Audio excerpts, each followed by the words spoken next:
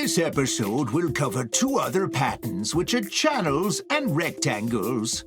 Channel.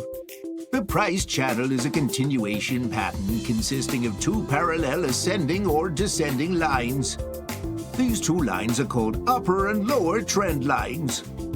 The upper trend line marks resistance and the lower trend line marks support.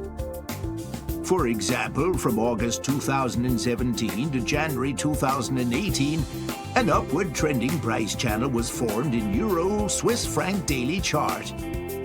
When the price channel inches upwards, it is a bullish market. When it inclines downwards, it is a bearish market. A bearish market formed on the Euro-Swiss franc daily chart from October to December 2018.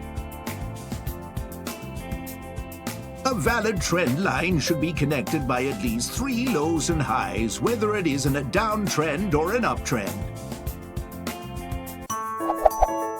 If you want to watch the full version of the video, you can go to TradingLive or download the TradingLive app. Share it to your friends and learn for free.